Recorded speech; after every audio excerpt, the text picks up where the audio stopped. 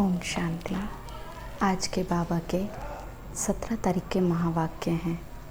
आज बाबा ने हम बच्चों को समझाया कि बच्चे अब कैसे तुम्हें इस कलयुगी विषय वैतरणी नदी से पार जाना है, क्योंकि बाबा हम बच्चों को ये इशारा दे रहे हैं कि बच्चे तुम इस कलयुग दुनिया के मनुष्य नहीं, तुम एक विशेष आत्माएं हो और अब तुम्हें परिस्तानी बनना है। तो परिस्तानी माना क्या कि बिल्कुल फरिश्ते समान पवित्र आत्माएं। तो बाबा कहते हैं बच्चों को एक दो को सहयोग देते हुए चलना है, एक दो की मदद करते हुए आगे बढ़ना है, क्योंकि आजकल के टाइम में हम देख रहे हैं दुनिया में मनुष्य एक दूसरे को सहयोग नहीं देना चाहते, एक दूसरे की मदद नहीं करना चाहते हैं, बल्कि एक दूसरे की उन्नति को देख करके आज मनुष्य के मन में ईर्ष्या पैदा हो रही है। किसी को थोड़ा सा भी आज आगे बढ़ते हुए देखते हैं तो मनुष्य के मन में आज ईर्ष्या की भावना पैदा हो जाती है और वो बदला लेने के लिए आज मनुष्य एक दूसरे को पीछे करने के लिए कोई भी मर्यादा को क्रॉस करते जा रहे हैं। वो ये नहीं जानते कि जिस प्रकार के हम कर्म कर रहे हैं उसका कितना भयंकर परिणाम हमें प्राप्त होगा। तो भगवान ने हमें यही बताया कि बच्चे जो दूसरे कर रहे हैं तुम्हें उन्हें देखकर वैसा नहीं करना है। बाबा कहते हैं बच्चे तुम्हें तो डूबते हुए मनुष्यों को पार लगाना है, क्योंकि वो मनुष्य आत्माएं तो माया के वश हैं, अज्ञानतावश गलतियां कर रहे हैं। लेकिन बाबा क्या कहते हैं बच्चे तुम बाप समान बनने का पुरुषार्थ कर रहे हो, तो तुम्हें डूबते हुओं को भी पार लगाना है। क्योंकि बाबा भी हमें क्या कर रहे हैं, जो हम कलयुगी भव सागर में डूबते जा रहे थे, विषय वैतरणी नदी में फंसे हुए थे, तो बाबा भी हमें पार ले जाने के लिए आए हैं। तो आज के बाबा के 17 तारीख के महावाक्य हैं। बाबा ने कहा मीठे बच्चे तुम्हें एक एक को परिस्तानी बनाना है ना। बाबा कहते ये नहीं सोचना कि ये तो हैं ही ऐसे मनुष्य, ये तो समझेंगे ही नहीं, ये तो चलेंगे ही नहीं ज्ञान में। बाबा क्या कहते हैं बच्चे तुम्हें हर एक के प्रति क्या रखनी है, शुभ भावना शुभकामना। तो बाबा ने कहा मीठे बच्चे तुम्हें एक एक को परिस्तानी बनाना है, तुम हो सबका कल्याण करने वाले, तुम्हारा कर्तव्य है गरीबों को साहूकार बनाना। प्रश्न है बाप का कौन सा नाम भल साधारण है लेकिन कर्तव्य बहुत महान है। कौन सा कहेंगे? नाम भल साधारण है लेकिन कर्तव्य बहुत महान है। कौन सा नाम? दुनिया में तो अनेक नामों से भगवान को याद करते हैं ना। तो वास्तव में बाबा ने आज कहा है कि बच्चे बाप को क्या कहते हैं, बागवान, क्योंकि वो एक एक बच्चे को क्या कर रहे हैं, कांटों से फूल बना रहे हैं। और खेवैया भी कहते हैं क्योंकि बाबा क्या कर रहे हैं, मनुष्य आत्माओं की जीवन नैया को पार लगाते हैं, डूबी हुई नैया को कलयुग से निकालकर सतयुग में ले जाते हैं। उत्तर है बाबा को कहते हैं बागवान खेवैया।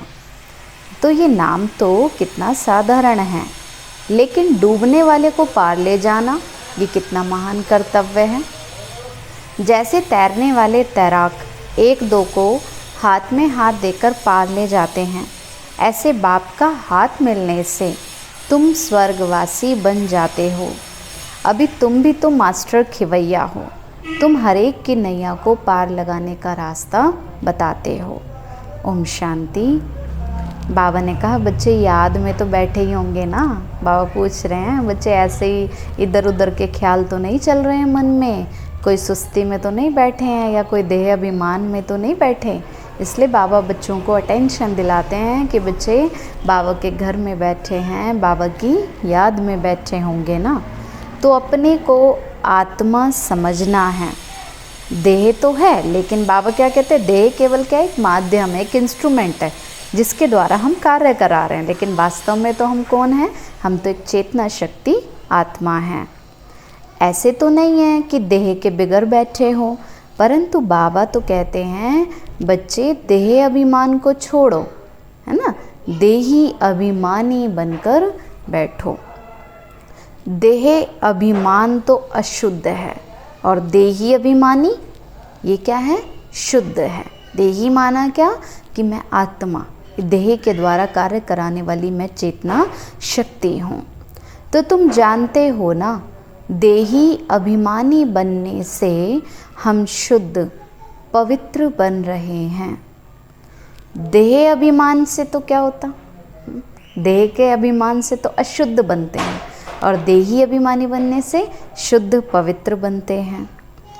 तो अभी तक तो देह अभिमान में फंसे थे तो अशुद्ध अपवित्र बन गए थे। पुकारते भी तो है ना, इसलिए मनुष्य आत्माएं जो दुखी हैं, पतित हैं, तो बुलाते हैं कि हे पतित पावन आओ, आकर हमें पावन बनाओ। पावन दुनिया थी ना, अभी तो पतित है, अब फिर से ज़रूर पावन दुनिया होगी। सृष्टि का चक्र तो फिरेगा ना, कहते हैं ना इतिहास तो अपने आप को दोहराता है। समय का चक्र घूमता रहता है, जैसे घड़ी में 12 बजते हैं फिर घूमकर 12 बजते हैं, उसी प्रकार बाबा क्या कहते हैं बच्चे, फिर से अब क्या होगी, सृष्टि पर पवित्र दुनिया आएगी। फिर से हम बच्चे पवित्र शुद्ध बन रहे हैं। तो जो इस सृष्टि चक्र को जानते हैं उनको कहा जाता है, क्या कहा जाता है, जो सारे सृष्टि के चक्र की नॉलेज को जानते हैं और सृष्टि चक्र जिनकी बुद्धि में चलता रहता है उनको क्या कहते हैं, स्वदर्शन चक्रधारी।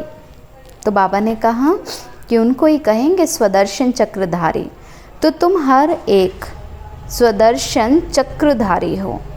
स्व आत्मा को सृष्टि चक्र का ज्ञान मिला है ना, ज्ञान किसने दिया, जरूर वह भी स्वदर्शन चक्रधारी होगा ना। ज्ञान किसने दिया, शिव बाबा ने दिया ना।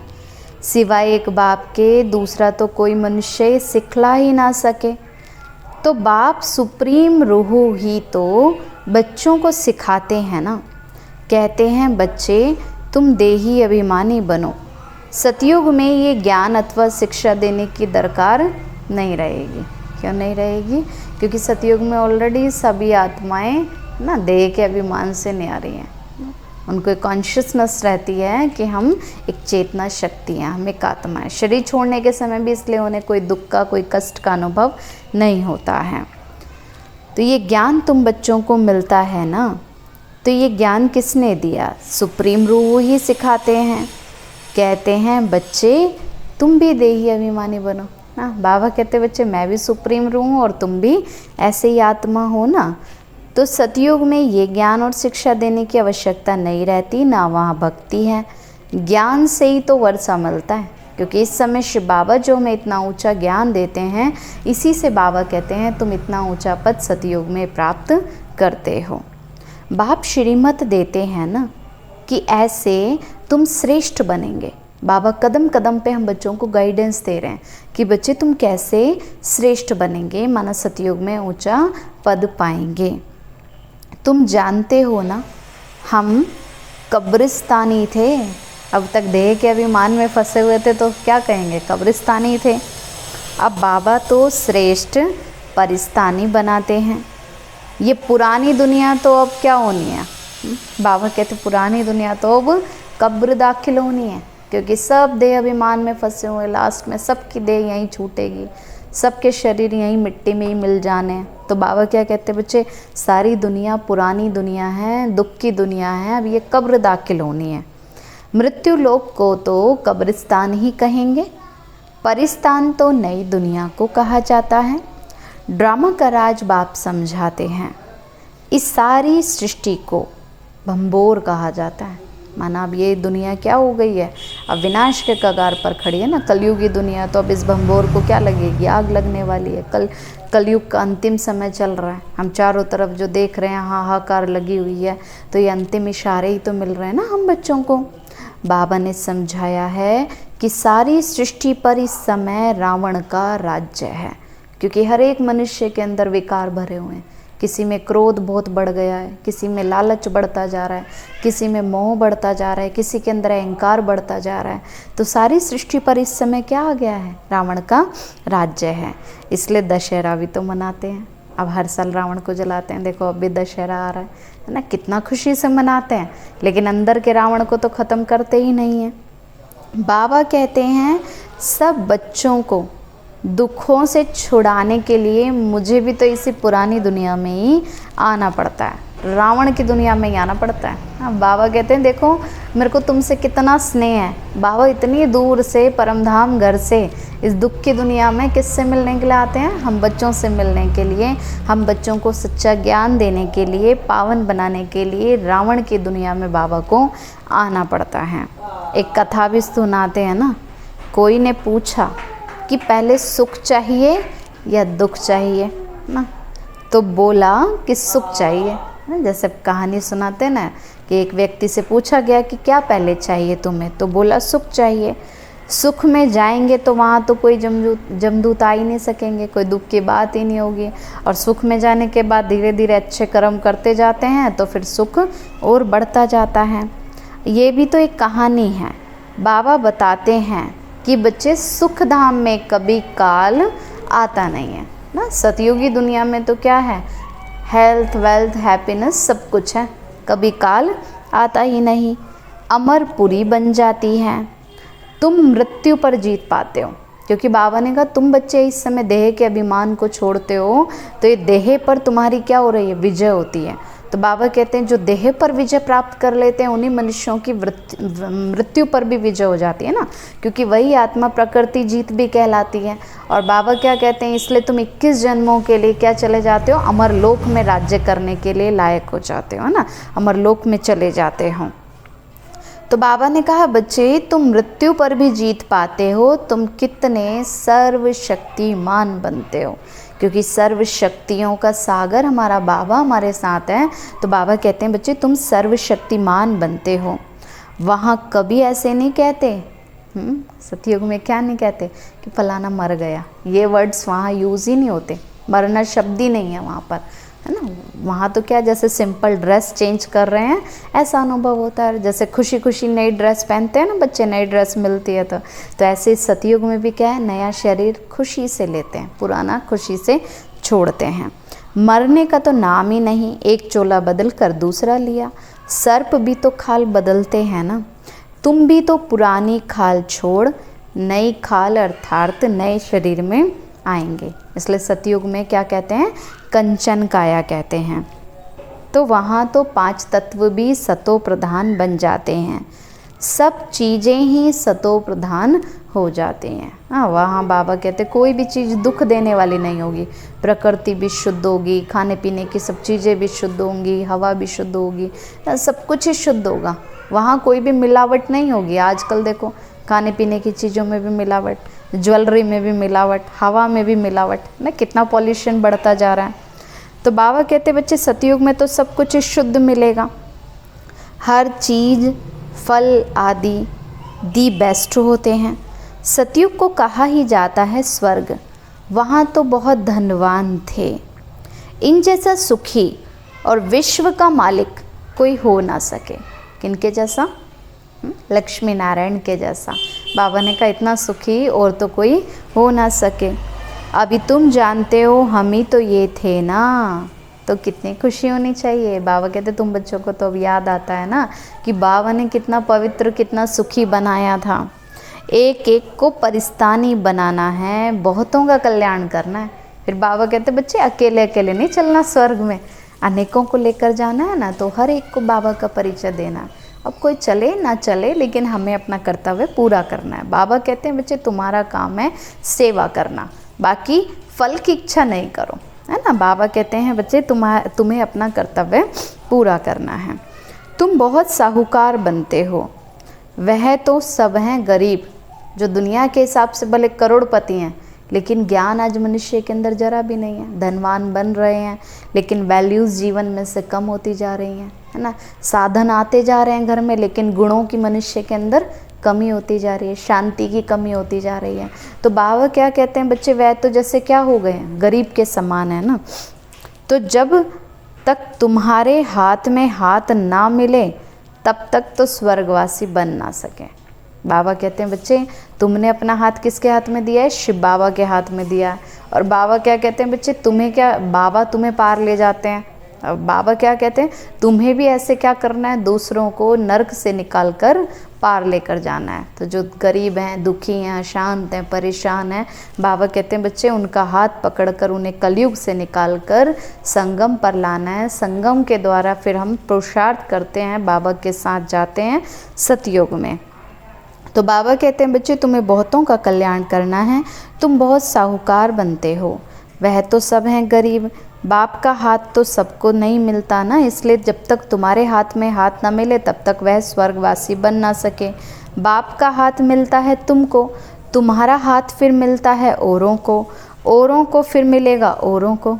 बाबा कहते हैं एक दूसरे को, एक जैसे चेन होती है ना, तो एक दूसरे को हेल्प करते जाते हैं। तो बाबा क्या कहते हैं बच्चे तुम्हें भी क्या करना है, एक दूसरे की मदद करते रहना है, एक दूसरे को स्वर्ग का रास्ता बताते जाना है।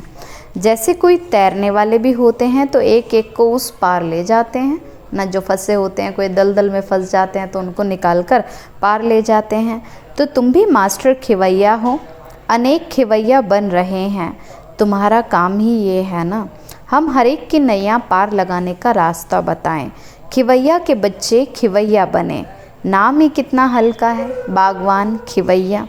अब प्रैक्टिकल में तो तुम देख रहे हो ना, बाबा कहते तुम देख रहे हो ना कि कैसे बाबा हमारा हाथ पकड़कर हमें कलयुग से निकाल, दुखों की दुनिया से निकाल, सतयुग के ले जाने के लिए हमें पुरुषार्थ करा रहे हैं, सतयुग में ले जाने की तैयारी करा रहे हैं। तो तुम ये प्रैक्टिकल में देखते हो। तुम परिस्तान की स्थापना कर रहे हो, तुम्हारे यादगार सामने भी खड़े हैं। नीचे राजयोग की तपस्या और ऊपर में राजाई खड़ी है। नाम भी तो दिलवाड़ा बहुत अच्छा है ना, दिलवाड़ा मंदिर में दिखाया ना कि कैसे नीचे तपस्या कर रहे हैं और ऊपर में, तो दिलवाड़ा मंदिर में दिखाया ना कि राजयोग की तपस्या करते हुए और ऊपर में स्वर्ग दिखाया है। बाप सबकी दिल लेते हैं, सबकी सदगति करते हैं। दिल लेने वाला कौन है? शिव बाबा है ना। देखो आज मनुष्य अपने दिल की बातें अगर इधर उधर कह देते हैं तो फिर क्या होता है, वो बात घूम फिर के कितनी बड़ी बन जाती है। लेकिन सच्ची जो दिल की बातें हैं वो किसको बतानी चाहिए? शिव बाबा को, क्योंकि एक बाबा ही है जो हमें हर प्रॉब्लम का सॉल्यूशन दे सकता है, हमारी मदद कर सकता है। तो अब ये थोड़े ही किसी को पता है, ब्रह्मा का भी तो बाप कौन है? शिव बाबा है। सबकी दिल लेने वाला बेहद का बाप ही तो होगा ना। तत्वों आदि सबका कल्याण करते हैं, तो ये भी बच्चों को समझाया है। और धर्म वालों के शास्त्र आदि कायम हैं, तुमको ज्ञान ही मिलता है संगम पर, फिर विनाश हो जाता है तो कोई शास्त्र नहीं रहता। शास्त्र तो हैं भक्ति मार्ग की निशानी, ये है ज्ञान। तो फ़र्क तो देखा ना, भक्ति अथाह है। देवियों आदि की पूजा में भी कितना खर्चा करते हैं। देखो भी नवरात्रे आएंगे है ना, तो कितनी पूजा करेंगे, कितना मूर्तियों को सजाएंगे, खर्चा करेंगे, और फिर क्या करते हैं 9 दिन के बाद डुबो देते हैं ना, क्योंकि ज़्यादा दिन तो नियमों का पालन नहीं कर सकते, इसलिए मूर्ति का ही विसर्जन कराते हैं। लेकिन बाबा क्या कहते हैं कि बच्चे वास्तव में तो नवरात्रि के समान हर दिन ही अगर हम सच्चा व्रत रखें, माना केवल भोजन का नहीं, लेकिन बाबा कहते हैं वैल्यूज़ का, अच्छी आदतों का हम व्रत रखें कि हमें रोज़ अपने अंदर की एक बुरी आदत छोड़नी है और एक गुण की धारणा करनी है। तभी तो सच में वास्तव में देवियों के समान धरती पर सब हर एक आत्मा पवित्र हो जाएगी ना, हर एक आत्मा शुद्ध हो जाएगी। बाबा कहते हैं बच्चे इनसे तो अल्पकाल का सुख है। अब भक्ति मार्ग में मनुष्य कितना एफर्ट करते हैं कि हमें शांति मिल जाए, सुख मिल जाए, उसके लिए कितने जप तप करते हैं, कितने अलग अलग प्रकार की पूजाएं करते हैं। लेकिन बाबा क्या कहते हैं बच्चे, वो अल्पकाल की प्राप्ति है केवल। जैसी जैसी भावना रखते हैं वह पूरी होती हैं। देवियों को सजाते सजाते कोई को साक्षात्कार हुआ तो बस खुश हो जाते हैं, सोचते हैं सब कुछ मिल गया। लेकिन केवल साक्षात्कार होने से तो पवित्र नहीं हो जाएंगे, 21 जन्मों की बादशाही नहीं मिलेगी, फ़ायदा तो कुछ भी नहीं है ना इससे। मीरा का भी तो नाम गाया हुआ है, भक्त माला है ना। फीमेल में मीरा और मेल्स में नारद शिरोमणि भक्त माने हुए हैं। तुम बच्चों में भी नंबरवार हैं। माला के दाने तो बहुत हैं, ऊपर में बाबा है फूल, फिर है युगल मेरू ना। जो भक्ति में माला की पूजा करते हैं ना, 108 रत्नों की माला होती है, तो उसमें ऊपर में शिव बाबा को दिखाया, फिर 2 मुख्य दाने दिखाए, है ना, जो ब्रह्मा सरस्वती का यादगार है। फूल को सब नमस्ते करते हैं, एक एक दाने को भी नमस्ते करते हैं। रुद्र यज्ञ रचते हैं तो उनमें भी जास्ती पूजा शिव की करते हैं। शालिग्रामों की इतनी नहीं करते हैं, ये शालिग्राम तो बच्चों का यादगार है ना, मुख्य रूप से तो पूजा किसकी की जाती है, शिव बाबा की। तो सारा ख्याल तो शिव की तरफ रहता है, क्योंकि शिव बाबा ही तो शालिग्राम, शिव बाबा के द्वारा ही तो शालिग्राम ऐसे तीखे बने हैं ना, जैसे अब तुम बन रहे हो। क्योंकि शालिग्राम को भी इतना ऊंचा किसने बनाया, शिव बाबा ने ही बनाया। तो पतित पावन बाप के बच्चे, तुम भी तो मास्टर पतित पावन हो। अगर किसी को रास्ता ही नहीं बताते हो तो पाई पैसे का पद मिलेगा। बाबा कहते बच्चे अगर ज्ञान ही नहीं देते किसी को तो इसका अर्थ मतलब ज्ञान खुद के अंदर भी नहीं चलता, तो फिर सतयुग में ऊंचा पद भी कैसे पाएंगे। फिर भी बाबा से तो मिले हैं ना, वह भी कम थोड़े ही है, सबका फादर तो वह एक ही है। फिर भी बाबा ने कहा बच्चे बाप से मिले हैं तो सतयुग में तो आएंगे ज़रूर, चाहे सतयुग में चाहे त्रेता में। तो कृष्ण के लिए थोड़े कहेंगे, कृष्ण को माना सबका फादर तो नहीं कहेंगे ना। कृष्ण किसका फादर बनेगा, कृष्ण को तो फादर नहीं कहेंगे, बच्चे को फादर थोड़े ही कह सकते हैं। फादर तो तब कहा जाता है जब युगल बने, बच्चा पैदा हो, फिर वह बच्चा फादर कहेगा, दूसरा तो कोई कह ना सके। बाकी तो कोई भी बुजुर्ग को भी बापूजी कह देते हैं। अब यह शिव बाबा तो सबका ही बाप है। गाते भी हैं ब्रदरहुड, ब्रदरहुड माना हम सब भाई भाई हैं, इसलिए कहते हैं हिंदू मुस्लिम सिख ईसाई आपस में सब भाई भाई। तो क्योंकि सबका पिता कौन है, एक ही है, इसलिए कहते हैं कि घर के रहने वाले हैं, कि पिता की संतान है। ईश्वर को सर्वव्यापी कहने से फिर क्या हो जाता है, फिर तो फादरहुड हो जाता है। अगर सबके अंदर भगवान, फिर तो सभी पिता हो जाएं। तो तुम बच्चों को बड़ी बड़ी सभाओं में भी समझाना पड़ेगा। हमेशा कहाँ भी भाषण पर जाओ तो जिस टॉपिक पर भाषण करना है उस पर विचार सागर मंथन कर लिखना चाहिए।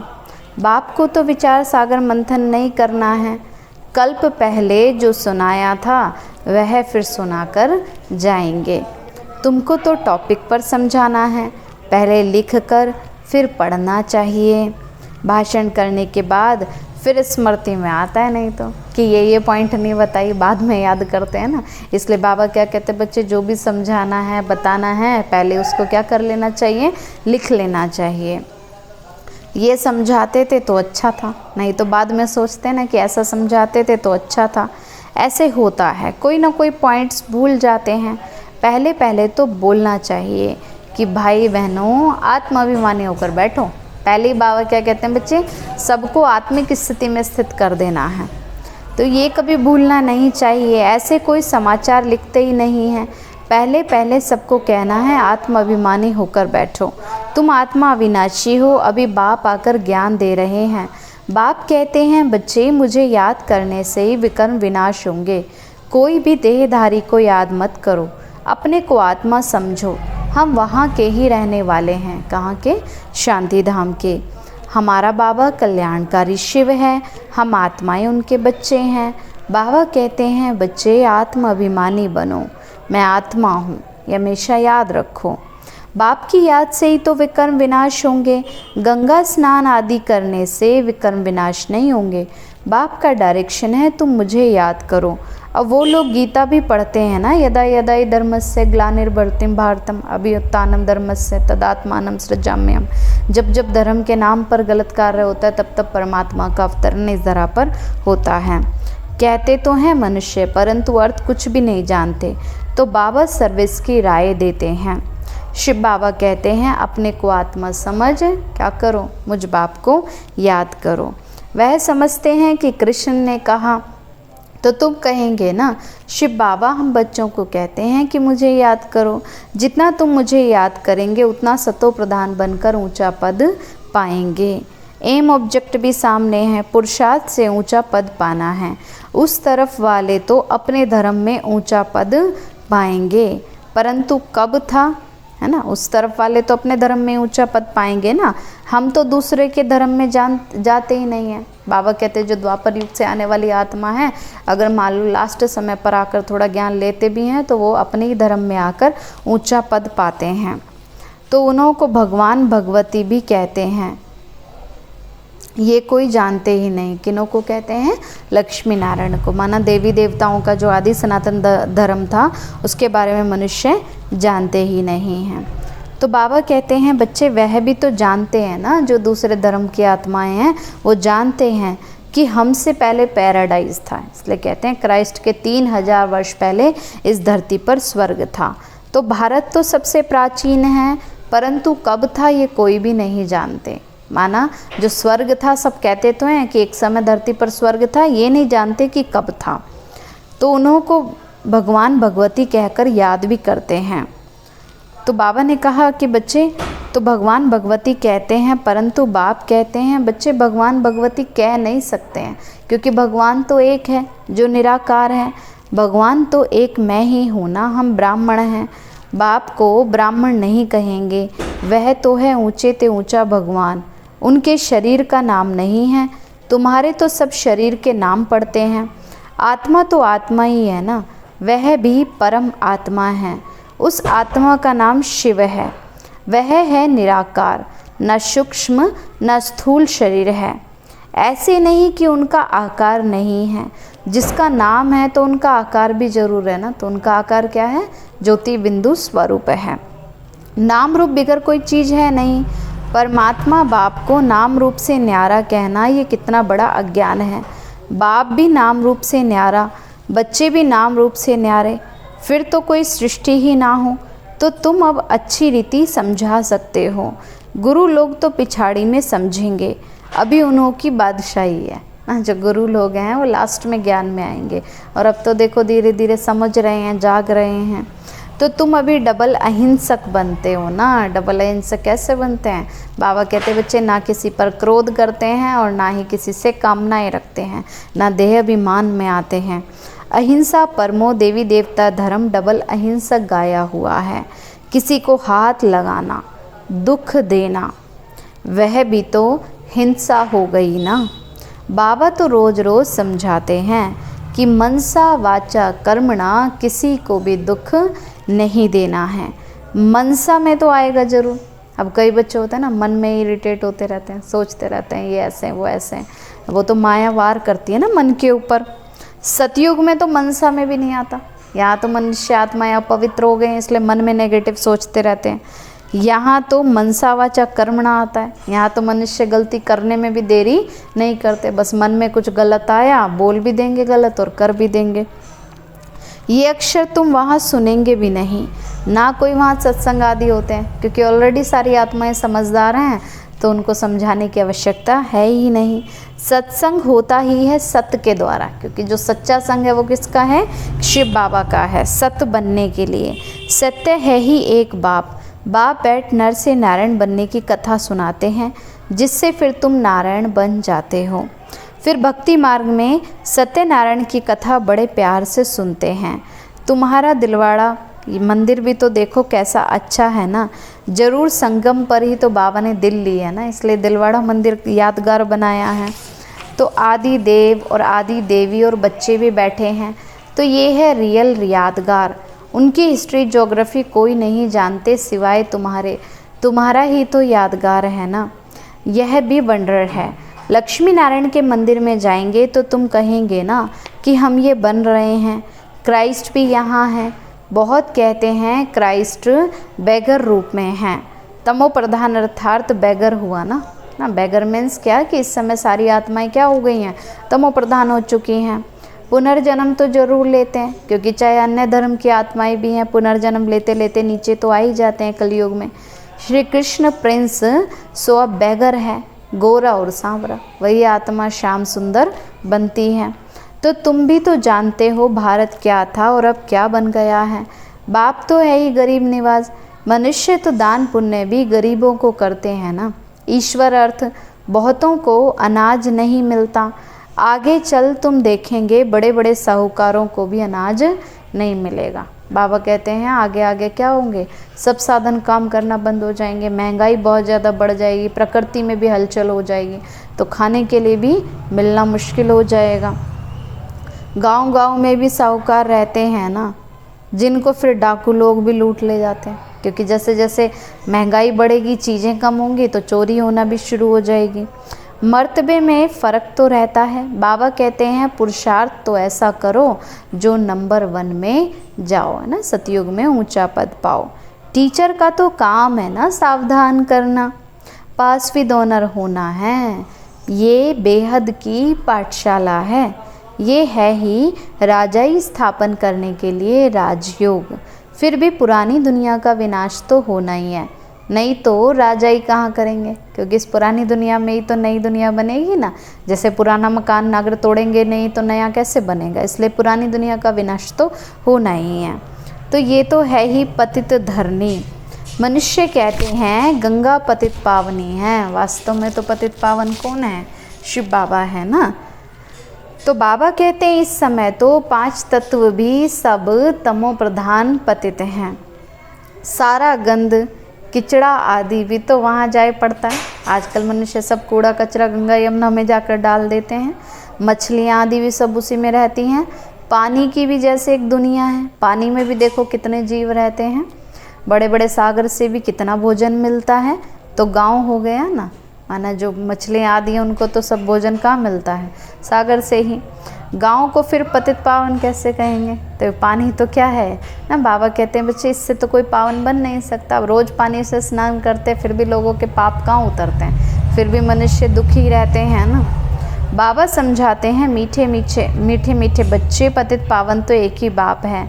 तुम्हारी आत्मा और शरीर पतित हो गया है, अब मुझे याद करो तो पावन बन जाएंगे। तुम विश्व के मालिक खूबसूरत बन जाते हो।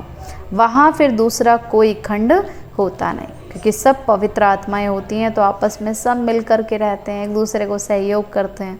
तो वहाँ अलग अलग खंड होने की कोई बात ही नहीं है। भारत का ही ऑलराउंड पार्ट रहता है। तुम सब ऑलराउंडर हो। बाबा कहते शुरू से लेकर लास्ट तक पूरे चक्र में पार्ट बजाते हो ना, इसलिए बाबा ने कहा बच्चे तुम सब ऑलराउंडर हो। नाटक में एक्टर नंबरवार आते जाते हैं, तो यहाँ भी ऐसे हैं। बाबा कहते हैं तुम समझो कि हमको भगवान इतना ऊंचा ज्ञान देते हैं, पढ़ाते हैं। हम पतित पावन गॉड फादरली स्टूडेंट हैं, तो इसी में फिर सब आ जाता है।